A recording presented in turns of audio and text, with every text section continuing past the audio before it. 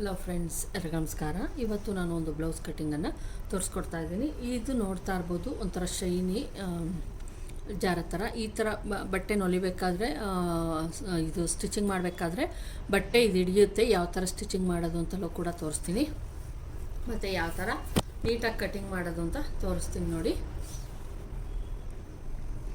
ಇದು ಸುಮಾರು 9 ಇಂಚು ಉದ್ದ ಇರೋದ್ರಿಂದ ಈ ಥರ ಮಡ್ಸ್ಕೊತಾ ಇದ್ದೀನಿ. ಲೈನಿಂಗು ಉದ್ದುದ್ದ ಮಡ್ಸ್ಕೊಂಡಿದ್ದೀನಿ, ಅಡ್ಡಡ್ಡ ಮಡ್ಸ್ಕೊಂಡಿಲ್ಲ. ಕ್ಲೀನಾಗಿ ಇದೇನಿರುತ್ತೋ ಈ ಥರ ಫೋಲ್ಡ್ ಮಾಡಿ, ಈ ಥರ ತೋಳಿಗೆ ಯಾವುದೇ ತೋಳಿಗಾಗಲಿ, ಚಿಕ್ಕ ಸ್ಲೀವ್ ಲೆಂತ್ ಜಾಸ್ತಿ ಇರಲಿ ಕಡಿಮೆ ಇರಲಿ, ತೋಳಿನ ಉದ್ದ ಜಾಸ್ತಿ ಇರಲಿ ಕಡಿಮೆ ಇರಲಿ, ನೀಟಾಗಿ ಈ ಥರ ಇಟ್ಕೊಂಬಿಡಿ.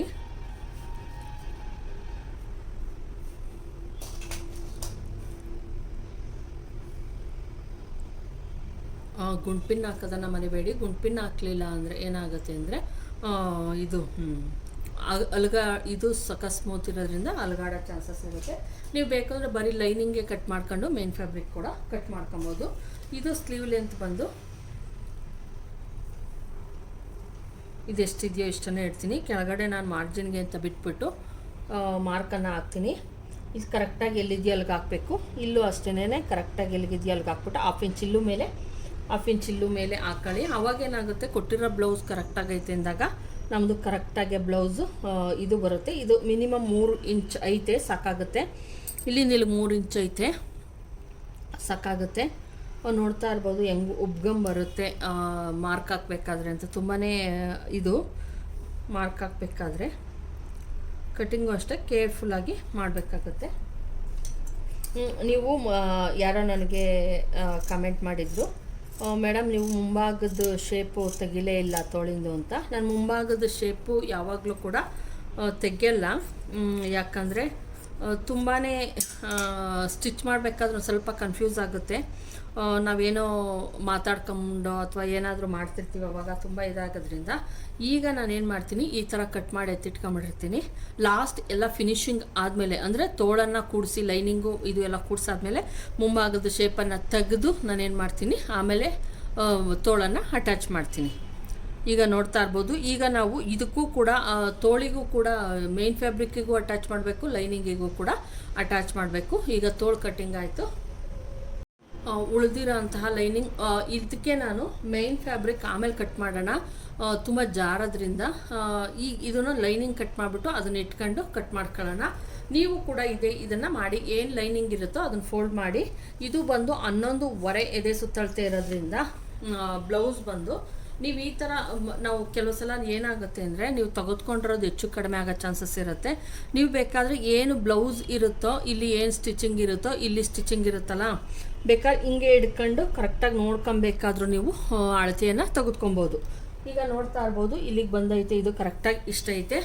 ಈಗ ಅಳತೆ ಮಾಡಿ ನೋಡೋಣ ಕರೆಕ್ಟಾಗಿ ಎಷ್ಟೈತೆ ಇದು ಅಂತ ಗೊತ್ತಾಗ್ಬಿಡುತ್ತೆ.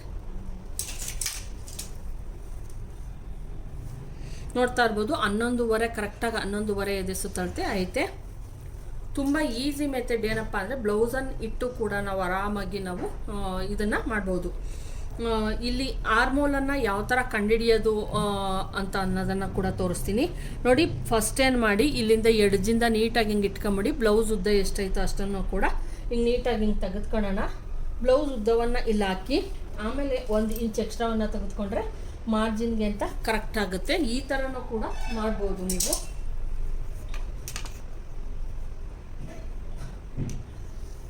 ಈಗ ಆಯಿತು. ಇದು ಬಂದು ಎದೆ ಸುತ್ತಳತೆಗೆ ಬೇಕಾಗಿರೋದು ಬ್ಯಾಕ್ ಪಾರ್ಟ್. ಫ್ರಂಟ್ ಪಾರ್ಟಿಗೆ ನಾವು ಒಂದು ಸ್ವಲ್ಪ ಎಕ್ಸ್ಟ್ರಾವನ್ನು ತೆಗೆದುಕೊಬೇಕಾಗುತ್ತೆ. ಬ್ಲೌಸಿನ ಉದ್ದ ಬಂದು ಇಲ್ಲಿ ಕರೆಕ್ಟಾಗಿತ್ತು, ಅದಕ್ಕಿಂತ 1 ಇಂಚ್ ಉದ್ದವನ್ನು ಎಕ್ಸ್ಟ್ರಾ ತಗೊಂಡಿದ್ದೀನಿ ಬ್ಯಾಕಲ್ಲಿ. ಈಗ ನಾನು ಏನಿದೆಯೋ ಇದನ್ನು ಈ ಥರ ಮಾಡಿಸ್ಕೊಂಬಿಟ್ಟು ಈ ಥರ ಹಿಂಗೆ ಇಟ್ಕೊತೀನಿ. ಇಲ್ಲಿ ನೋಡ್ತಾ ಇರ್ಬೋದು, ಇಲ್ಲಿ ಮಾರ್ಕ್ ಮಾಡಿರೋದು ಇಲ್ಲಿ ಕರೆಕ್ಟಾಗೈತೆ. ಇಲ್ಲೂ ಕೂಡ ನೀಟಾಗಿ ಹಿಂಗೆ ಇಟ್ಕೊಂಡಿದ್ದೀನಿ. ಈಗ ಫ್ರಂಟಲ್ಲಿ ಏನು ಮಾಡ್ತೀನಿ, ಬ್ಯಾಕಿಗಿಂತ 1 ಇಂಚ್ ಎಕ್ಸ್ಟ್ರಾವನ್ನು ತೊಗೊತೀನಿ. ಎಕ್ಸ್ಟ್ರಾ ಬಟ್ಟೆಯನ್ನು ತೆಗೆದುಕೊತೀನಿ.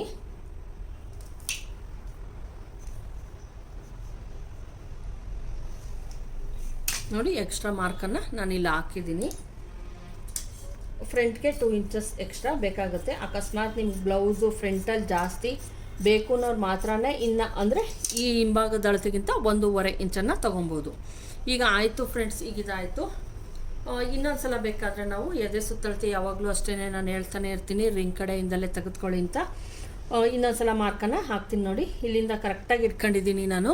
ಇಲ್ಲಿಂದ ಇಟ್ಕೊಂಡು ಕರೆಕ್ಟಾಗಿ ಎಷ್ಟೈತೋ ಅಷ್ಟಕ್ಕೊಂದು ಮಾರ್ಕನ್ನು ಹಾಕಿದ್ದೀನಿ. ಇಲ್ಲಿಗೆ ಯಾಕೆ ತೆಗೆದುಕೊಂಡ್ರೆ ಕೇಳ್ಬೋದು ನೀವು, ಇದನ್ನು ಯಾಕೆ ಸೇರಿಸ್ಕೊಂತೀರಾ ಅಂತ.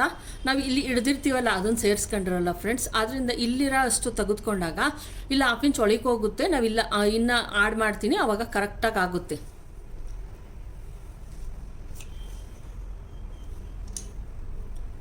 ನೋಡಿ ಇಷ್ಟು ಕರೆಕ್ಟಾಗಬೇಕು. +2 ಇಂಚಸ್ ಮಾರ್ಜಿನ್ ಈಗ ಆಯಿತು. ಇದು ಕರೆಕ್ಟಾಗಿ ನಮ್ಗೆ ಎಷ್ಟು ಬೇಕೋ ಅಷ್ಟು ಕರೆಕ್ಟಾಗಿ ಆಯಿತು. ಬಟ್ಟೆ ಇದನ್ನು ಮಾಡ್ಕೊಂಡಿದ್ದೀವಿ. ಬೇಕು ಅಂದರೆ ಎಕ್ಸ್ಟ್ರಾ ಅದನ್ನು ಕಟ್ ಮಾಡ್ಬೋದು, ಇಲ್ಲ ನಾವು ಬಟ್ಟೆ ಉಳಿಸ್ಕೊಬೇಕು ಅನ್ನೋರು ಬೇಕಾದರೆ ಇಲ್ಲೆಲ್ಲ ಎಕ್ಸ್ಟ್ರಾ ಇರುತ್ತೆ, ನಮಗೆ ತುಂಬ ಬಟ್ಟೆ ಸಿಗುತ್ತೆ. ಆದ್ದರಿಂದ ನಾನೇನು ಮಾಡ್ತೀನಿ, ಅಲ್ಲಿ ಬಟ್ಟೆಯನ್ನು ಉಳಿಸ್ಕೊತೀನಿ, ಕಟ್ ಮಾಡೋಕ್ಕೆ ಹೋಗಲ್ಲ. ಈಗೇನು ಮಾಡಬೇಕು, ಇಷ್ಟ ಆಯಿತು. ಈಗ ಬ್ಯಾಕು ಮತ್ತು ಫ್ರಂಟು ಕರೆಕ್ಟಾಗಿ ತೆಗೆದುಕೊಂಡಿದ್ದೀವಿ. ಫ್ರಂಟಲ್ಲಿ 1 ಇಂಚು ಎಕ್ಸ್ಟ್ರಾ ಆಯಿತು. ನಾನು ಇಲ್ಲಿಗೆ ಒಂದು ಗೌನ್ ಪಿನ್ನನ್ನು ಹಾಕ್ತೀನಿ. ಮತ್ತು ಇವ್ರಿಗೆಲ್ಲ ನಾರ್ಮಲ್ಲಾಗಿ ನಾನು ಇದನ್ನ ಇಡ್ತೀನಿ, ಬೆಡ್ ಪಟ್ಟಿಯನ್ನು ಇಡ್ತೀನಿ. 4 ಇಂಚಸನ್ನು ಈ ಕಡೆ ಇಡ್ತೀನಿ, ಈ ಕಡೆ ಈ 3 ಇಂಚಸ್ ಅಥವಾ 3.5 ಆರಾಮಾಗಿ ನೀವು ಇಟ್ಕೊಬೋದು. 3 ಇಂಚಸ್ಸೇ ಇಟ್ಕೊಳ್ಳಿ, 1 ಇಂಚ್ಗಳ ವ್ಯತ್ಯಾಸ ಇರಲಿ. ನೋಡಿ ಈ ಥರ ಒಂದು ಶೇಪನ್ನು ಕೊಟ್ಟರೆ ಸಾಕಾಗುತ್ತೆ. ಈಗ ಬೆಡ್ ಪಟ್ಟಿ ಆಯಿತು. ಈಗ ನಾವಿಲ್ಲಿ ನೆಕ್ಕನ್ನು ತೆಗೆದುಕೊಳ್ಳೋಣ. 2.5 ನೆಕ್ಕನ್ನು ತೆಗೆದುಕೊತೀನಿ ಫ್ರೆಂಡ್ಸ್. 2.5 ತೆಗೆದುಕೊತೀನಿ ನೆಕ್ಕು. ಇಲ್ಲಿಂದ ಬಂದು ಇವರಿಗೆ 4 ಇಂಚು ಶೋಲ್ಡರ್ ಒಂದು ಸ್ವಲ್ಪ ಜಾಸ್ತಿ ಇಡಬೇಕು, ಆದ್ದರಿಂದ 4 ಇಂಚನ್ನು ತೆಗೆದುಕೊಂಡಿದ್ದೀನಿ. ಮತ್ತು ಮೇಲಿನಿಂದ ಕೆಳಗೆ 6.5 ಅಥವಾ ಇನ್ನೂ ಒಂದು ಏನು ಅಂದರೆ ಈಗ ಇಷ್ಟನ್ನು ತೆಗೆದುಕೊಂಡ್ಬಿಟ್ಟು ನೀವು ಆರ್ಮೋಲನ್ನು ಯಾವ ಥರ ಬ್ಲೌಸಲ್ಲೇ ತೊಗೊಬೋದು ಅನ್ನೋದನ್ನು ಕೂಡ ತೋರಿಸ್ತೀನಿ ನೋಡಿ. ಏನು ಇದಿರುತ್ತೋ ಇಲ್ಲ ಆಲ್ರೆಡಿ ರೆಡಿ ಇರುತ್ತಲ್ವ ಫ್ರೆಂಡ್ಸ್, ಅದನ್ನು ಕೂಡ ನಾವು ಇಲ್ಲಿ ಏನು ಬೆಡ್ ಪಟ್ಟಿಗೆ ಬಿಟ್ಟಿದ್ದೀವೋ ಇಷ್ಟನ್ನು ಬಿಟ್ಕೊಂಬಿಡಿ. ಇಲ್ಲಿಂದ ಬೇಕಾದರೆ ನೋಡ್ಕೊಳ್ಳಿ ನೀವು, ಏನು ಇಲ್ಲಿ ಸ್ಟಿಚ್ ಹಾಕಿರ್ತೀವೋ ಅದರಿಂದ ಇಲ್ಲಿಗೆ ಮಾರ್ಕ್ ಹಾಕಿದ್ದೀನಿ. ಮತ್ತು ಇಲ್ಲಿಂದ 1 ಇಂಚು ನಾನು ಸೈಡಲ್ಲಿ ಯಾವುದೇ ಸೈಡಲ್ಲಿ ಯಾವುದೇ ಇದನ್ನು ಹಿಡಿಯಲ್ಲ ಫ್ರೆಂಡ್ಸ್. ಆದ್ದರಿಂದ ಏನು ಮಾಡ್ತಾಯಿದ್ದೀನಿ, 1 ಇಂಚು ಅಥವಾ 3/4 ಇಂಚನ್ನು ಮಾತ್ರನೇ ತೆಗೆದುಕೊತೀನಿ. ಯಾಕಂದರೆ ಇಲ್ಲೂ ಕೂಡ 1/2 ಇಂಚ್ ಮಾರ್ಜಿನ್ಗೆ ಹೋಗುತ್ತೆ, ಇಲ್ಲೂ ಕೂಡ ಸೇರಿಸೋದ್ರಿಂದ ಇದು ಯಾವುದೇ ಸ್ಟಿಚ್ಚನ್ನು ನಾನು ಹಾಕಲ್ಲ. ಈಗ ನೋಡೋಣ ಕರೆಕ್ಟಾಗಿ ಎಷ್ಟೈತೆ. ನಾನು ಯಾವುದೇ ಇದನ್ನು ಮಾಡಿಲ್ಲ, ಬ್ಲೌಸನ್ನೇ ತೆಗೆದುಕೊಂಡಿದ್ದೀನಿ. ಈಗ ನೋಡೋಣ ಮೇಲಿನಿಂದ ಕೆಳಕ್ಕೆ ಆರ್ಮೋಲ್ ಬ್ಲೌಸಲ್ಲಿ ಎಷ್ಟೈತೋ ಅಷ್ಟನ್ನು ತೆಗೆದುಕೊಂಡಿದ್ದೀನಿ. ಎಷ್ಟೈತೆ ಅಂತ ಗೊತ್ತಾಗ್ಬಿಡುತ್ತೆ. ನೋಡ್ತಾ ಇರ್ಬೋದು ಕರೆಕ್ಟಾಗಿ 6.5 ಐತೆ. ನೋಡ್ತಾ ಇರ್ಬೋದು ನೋಡಿ, ಕರೆಕ್ಟಾಗಿ 6.5 ಐತೆ ಆರ್ಮೋಲು. ನೀವು ಈ ಥರ ಬೇಕಾದರೂ ಏನು ಇರುತ್ತೋ ರೆಡಿ, ಇಲ್ಲಿಂದ ಇಲ್ಲಿಗೆ ಅಂದರೆ ಬೆಡ್ ಪಟ್ಟಿ ಸ್ಟಿಚ್ ಬಂದಿರುತ್ತಲ್ಲ ಅಲ್ಲಿಂದ ತೊಗೊಬೇಕು ಫ್ರೆಂಡ್ಸ್. ಆವಾಗ ಒಂಚೂರು ಆ ಕಡೆ ಈ ಕಡೆ ಹೋಗಲ್ಲ ನೋಡಿ. ಇಲ್ಲಿಂದ ಈ ಏನು ಬೆಡ್ ಪಟ್ಟಿ ಸ್ಟಿಚ್ ಇದೆಯೋ ಇಲ್ಲಿಂದ ಇಲ್ಲಿಗೆ ತೆಗೆದುಕೊಂಡು 3/4 ಇಂಚ್ ಎಕ್ಸ್ಟ್ರಾವನ್ನು ಸೇಮ್ ಅಳತೆ ತೊಗೊಂಡು 3/4 ಇಂಚ್ ಎಕ್ಸ್ಟ್ರಾವನ್ನು ತೆಗೆದುಕೊಂಡ್ರೆ ಪರ್ಫೆಕ್ಟ್ ಆರ್ಮೋಲ್ಸ್ ನಮಗೆ ಸಿಕ್ಕುತ್ತೆ. ಅಕಸ್ಮಾತ್ ಏನೋ ಇಲ್ಲಿ ಡಾಟ್ಸ್ ಇಟ್ಟಿದ್ರು ಅಂದರೆ ಮಾತ್ರನೇ ನೀವು ಇನ್ನೂ 1 ಇಂಚ್ವರೆಗೂ ನೀವು ಎಕ್ಸ್ಟ್ರಾ ತೊಗೊಬೋದು ಹೈಟು. ನಾನಿಲ್ಲಿ ಯಾವುದೇ ಡಾಟ್ಸನ್ನು ಹಿಡಿಯಲ್ಲ ಇರೋದ್ರಿಂದ ನಾನು ಅಷ್ಟನ್ನೇ ತೊಗೊಂಡಿದ್ದೀನಿ. ಈಗ ನೋಡ್ತಾ ಇರ್ಬೋದು ಪರ್ಫೆಕ್ಟಾಗಿ ನಮ್ಗೆ ಎಷ್ಟು ಬೇಕಾಗಿತ್ತು ಅಷ್ಟು ನಮಗೆ ಸಿಕ್ತು. ಇಲ್ಲಿಂದ ಬಂದು 1.25 ಇಂಚ್ಗೆ ಇಡ್ತೀನಿ ಫ್ರೆಂಡ್ಸ್ ನಾನು. ಯಾಕೆ ಮೇಡಮ್ ಅಂತ ಕೇಳ್ಬೋದು. ಇಲ್ಲಿ ಬ್ಲೌಸ್ಗಳಲ್ಲಿ ಏನಾಗುತ್ತೆ ಫ್ರೆಂಡ್ಸ್, ಇಲ್ಲಿ 4 ಇಂಚನ್ನು ಇಟ್ಟಿರೋದ್ರಿಂದ ನಾನು ಅಷ್ಟನ್ನು ತೆಗೆದುಕೊಂಡ್ರೆ ಸಾಕಾಗುತ್ತೆ. ಇನ್ನು ನಾನು ಏನಾದರೂ ಈ ಕಡೆಗೆ ಬಂದಿರೋದ್ರಿಂದ ಶೋಲ್ಡರಲ್ಲಿ ಈ ಕಡೆಗೆ ಬರೋದ್ರೆ 1.5 ಇಂಚನ್ನು ತೆಗೆದುಕೊಂಡ್ರೆ ಇಲ್ಲಿಗೆ ಬರುತ್ತೆ. ಅವಾಗೇನಾಗುತ್ತೆ, ಇಲ್ಲಿ ಕುಪ್ಪೆ ಆಗಿಬಿಡುತ್ತೆ. ಆದ್ದರಿಂದ ನೋಡಿ ಇದು ಅಷ್ಟೇ ಒಂದು ಅರ್ಧ ಇಂಚು ಅಥವಾ ಅರ್ಧ ಇಂಚು ಇದರಿಂದ ಅರ್ಧ ಇಂಚು ತೆಗೆದುಕೊಂಡು ಇದು ನೀಟಾಗಿ ಕಟ್ಟಿಂಗನ್ನು ಮಾಡ್ತಾಯಿದ್ದೀನಿ. ಮತ್ತು ಫ್ರಂಟಲ್ಲಿ ಏನು ಮಾಡ್ತೀನಿ, 6.5 ಇಡ್ತೀನಿ ಫ್ರೆಂಡ್ಸ್. ಫ್ರಂಟಲ್ಲಿ ಯಾವ ಥರ ಡೀಪ್ ತೆಗೆದುಕೊಳ್ಳೋದು ಕೊಟ್ಟಿರುವ ಅಳತೆಯಲ್ಲಿ ಅಂತ ನೀವಂತ ಅಂದರೆ ಬೆಸ್ಟ್ ಅಂತ ಅಂದರೆ ಆ ಕಡೆ ಬೇಡ ಫ್ರೆಂಡ್ಸ್. ಆ ಕಡೆ ಏನು ಡಬಲ್ ಪಟ್ಟಿ ಇರುತ್ತೋ ಆ ಕಡೆ ಖಂಡಿತ ತೆಗೆದುಕೊಳಕ್ಕೆ ಹೋಗಬೇಡಿ. ಉಕ್ಸ್ ಪಟ್ಟಿ ಕಡೆನೇ ತೆಗೆದುಕೊಳ್ಳಿ. ಉಕ್ಸ್ ಪಟ್ಟಿಯಿಂದ ಏನು ಮಾಡಿ ಹಿಂಗೆ ಇಟ್ಕೊಂಡು ನೋಡ್ತಾ ಇರ್ಬೋದು ಕರೆಕ್ಟಾಗಿ 2.5 ಐತೆ. 2.5 ನನಗೆ ಕರೆಕ್ಟಾಗಿ ನಮಗೆ ಅವ್ರದ್ದು ಇದೈತೆ. ನೀವು ಆ ಕಡೆ ತೆಗೆದುಕೊಂಡ್ರೆ ನಾವು ಆ್ಯಡ್ ಮಾಡಿರ್ತೀವಿ ಇದ್ರ ಪಟ್ಟಿಗೆ, ಅದರಿಂದ ತುಂಬ ಜಾಸ್ತಿ ಆಗೋ ಚಾನ್ಸಸ್ ಇರುತ್ತೆ ಇಲ್ಲಿ. ಅದರಿಂದ ಏನು ಮಾಡಿ ನೀವು ಹಂಗೆ ತೆಗೆದುಕೊಂಡ್ಲೇಬೇಕು ನನಗೆ ರಿಂಗ್ ತೆಗೆದುಕೊಳ್ಳಿ. ಈಗ ಮುಂಭಾಗದ ಡೀಪನ್ನು ಯಾವ ಥರ ತೆಗೆದುಕೊಳ್ಳೋದು ಅಂತ ತೋರಿಸ್ತೀನಿ. 6 ಇಂಚಸ್ ಐತೆ, 6.5 ತೆಗೆದುಕೊಂಡಿದ್ದೀನಿ ನಾನು. ಇಲ್ಲಿಂದ 2.5 ತೆಗೆದುಕೊಂಡಿದ್ದೀನಿ, ಇಲ್ಲಿಂದ 6.5 ತೆಗೆದುಕೊತೀನಿ.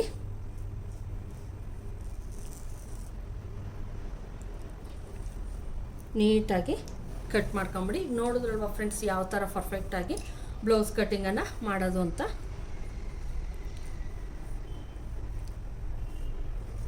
ಇಷ್ಟೇ ಫ್ರೆಂಡ್ಸ್, ಬ್ಲೌಸ್ ಕಟ್ಟಿಂಗ್ ತುಂಬಾ ಈಸಿ ಇರುತ್ತೆ. ನೀವು ಭಯ ಬೀಳಬಾರ್ದು ಅಷ್ಟೇನೇನೆ.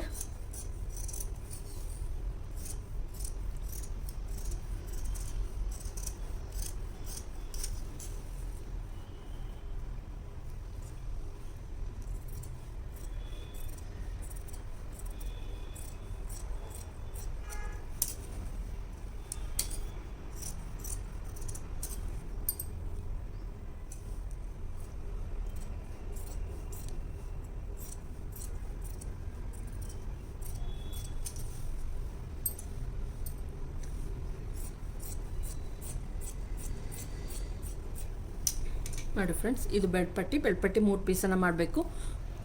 ಒಂದು ಮೇನ್ ಫ್ಯಾಬ್ರಿಕ್ ಬರುತ್ತೆ, ಇನ್ನೊಂದು ಲೈನಿಂಗನ್ನು ಕಟ್ ಮಾಡಬೇಕು. ಇದು ಫ್ರಂಟ್ ಪಾರ್ಟ್, ಇದು ಬ್ಯಾಕ್ ಪಾರ್ಟ್. ಬ್ಯಾಕಲ್ಲಿ ನಾವು ಎಷ್ಟು ಅವ್ರು ಕರೆಕ್ಟಾಗಿ ಡೀಪ್ ಇಟ್ಕೊಂಡಿದ್ದಾರೆ ನೋಡಬೇಕಾಗುತ್ತೆ. ಅದ್ಯಾವ ಥರ ನೋಡೋದು ಅಂತಲೂ ತೋರಿಸ್ತೀನಿ. ನೀವು ಮೇಲಿಂದ ನೋಡೋದಕ್ಕಿಂತ ಪರ್ಫೆಕ್ಟಾಗಿ ನಮಗೆ ಸಿಗೋದು ಅಂದರೆ ಕೆಳಗಡೆಯಿಂದಲೇ ಫ್ರೆಂಡ್ಸ್. ಏನು ಇದಿರುತ್ತೋ ಕರೆಕ್ಟಾಗಿ ಹಿಂಗೆ ತೆಗೆದುಕೊಳ್ಳಿ. ಇಲ್ಲಿ ನಾವು ಆಲ್ರೆಡಿ ಸ್ಟಿಚ್ಚನ್ನು ಏನೂ ಹಾಕಿಲ್ಲ ಫ್ರೆಂಡ್ಸ್. ಆದ್ದರಿಂದ ಏನು ಮಾಡಿ, ಇಲ್ಲಿ ಇದೆಯಲ್ಲ ಇದಕ್ಕೆ ಅಂತ 1 ಇಂಚ್ ಮೇಲಕ್ಕೆ ಇರಲಿ. ನೀವು ಯಾಕೆ 1 ಇಂಚ್ ಮೇಲಕ್ಕೆ ತೆಗೆದುಕೊತೀರಾ ಅಂತ ಕೇಳಿದ್ದೀರಾ. ಇಲ್ಲಿನ ಮಾರ್ಜಿನ್ಗೆ ಹೋಗಿಲ್ಲ, ಮಾರ್ಜಿನ್ಗೆ ಹೋಗುತ್ತೆ. ಮತ್ತು ಇಲ್ಲಿಗೆ ನಾವು ಇಲ್ಲಿಗೇನ ಕಟ್ ಮಾಡಿದ್ರೆ ಇಲ್ಲಿಗೆ ಬರೋ ಚಾನ್ಸಸ್ ಇರುತ್ತೆ. ಇಲ್ಲಿಗೆ ಕಟ್ ಮಾಡಿದ್ರೆ ಇಲ್ಲಿಗೆ ಬರುತ್ತೆ, ಈ ಸ್ಟಿಚ್ಚು ಇಲ್ಲಿಗೆ ಬರುತ್ತೆ, ಅವಾಗ ಪರ್ಫೆಕ್ಟಾಗಿ ಆಗುತ್ತೆ. ಏನು ಕರೆಕ್ಟಾಗಿದೆಯೋ ಅದಕ್ಕಿಂತ 1 ಇಂಚ್ ಮೇಲೆ ತೆಗೆದುಕೊಳ್ಳಿ. ಆವಾಗ ನಿಮಗೆ ಅವ್ರು ಯಾವುದೇ ಅಳತೆ ಕೊಟ್ಟಿರಲಿ ಪರ್ಫೆಕ್ಟಾಗಿ ನಮಗೆ ಸಿಗುತ್ತೆ. ಅವ್ರು ಕೊಟ್ಟಿರೋ ಅಳತೆಗೆ ಕರೆಕ್ಟಾಗಿ ಆಗುತ್ತೆ. ಮತ್ತು ನೀವು ನೋಡ್ತಾ ಇರ್ಬೋದು, ಇಲ್ಲಿಂದ ನಾನು ಏನು ಮಾಡ್ತೀನಿ, ಸ್ವಲ್ಪ ಕ್ರಾಸನ್ನು ತೆಗೆದುಕೊತೀನಿ.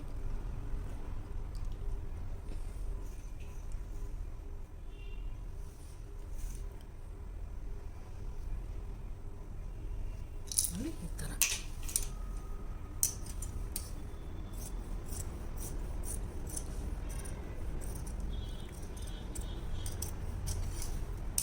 ಈಗ ನಮಗೆ ಬೇಕಾದ ರೌಂಡು ಸಿಕ್ತು. ಮತ್ತು ಬ್ಯಾಕಲ್ಲಿ ಕಂಪಲ್ಸರಿ ನಾವೇನು ಮಾಡಬೇಕಾಗುತ್ತೆ, 1/2 ಇಂಚು 3/4 ಇಂಚು ಕಟಿಂಗ್ ಮಾಡಲೇಬೇಕು ಫ್ರೆಂಡ್ಸ್. ನೋಡಿದ್ರಲ್ವ ಫ್ರೆಂಡ್ಸ್ ಯಾವ ಥರ ಪರ್ಫೆಕ್ಟಾಗಿ ನಾವು ಇದನ್ನು ಕಟ್ ಮಾಡೋದು ಬ್ಲೌಸಾ ಅಂತ. ಈಗ ಇದನ್ನ ಇಟ್ಕೊಂಡು ನಾವು ಮೇನ್ ಫ್ಯಾಬ್ರಿಕನ್ನು ಕಟ್ ಮಾಡೋಣ.